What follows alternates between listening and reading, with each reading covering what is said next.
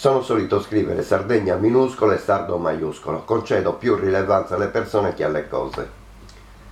Parimenti reputo che il valore di un'organizzazione si debba configurare in base al valore dei suoi componenti e non già al suo prestigio, magari conquistato antecedentemente da altri.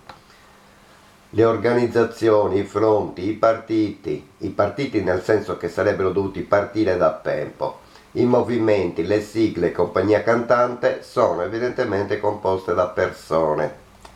È inutile che ci si gonfi il petto dicendo di appartenere o dirigere una certa prestigiosa organizzazione, di reclamare primogeniture o invocare attenzioni. Tutto questo è funzionale, o meglio finzionale a se stesso, se si resta stagnanti, se non si agisce o almeno se non si comunica ad alti livelli.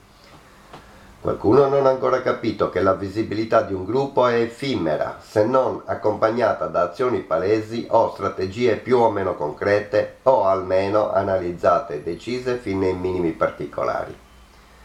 Chi non ha capito che le organizzazioni sono composte da uomini e donne e si gloria di appartenervi, anche se esse non incidono o non hanno intenzione di incidere di un millimetro sulla società, e ci si gloria di questo al bar o in pizzeria con gli amici, anche se non fa niente per il gruppo, allora lasciatemi dire che è sicuramente un peso morto, uno che non ha intenzione di esporsi, agire o rischiare.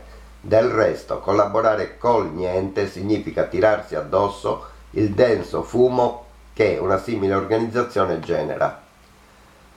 Tenere invece un profilo basso, lavorando assiduamente, aspettando il momento propizio per incidere realmente sulla società, è invece proficuo, se non altro per scovare i pseudo venditori di fumo e gli eterni abitatori di troppo diffuse conigliere, per scovare i numerosissimi inutili retorici e per far uscire allo scoperto gli altrettanto numerosi lusingatori seriali.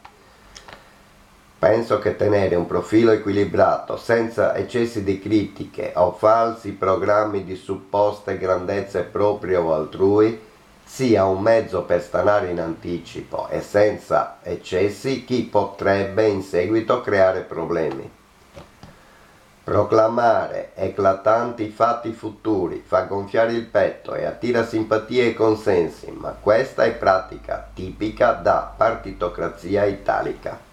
In conclusione, meglio mettersi a fianco persone leali ed equilibrate, magari critiche, meglio un nemico dichiarato oggi che potrebbe collaborare domani, che un falso amico disponibile da subito, del quale non ci si può razionalmente fidare né ora né mai.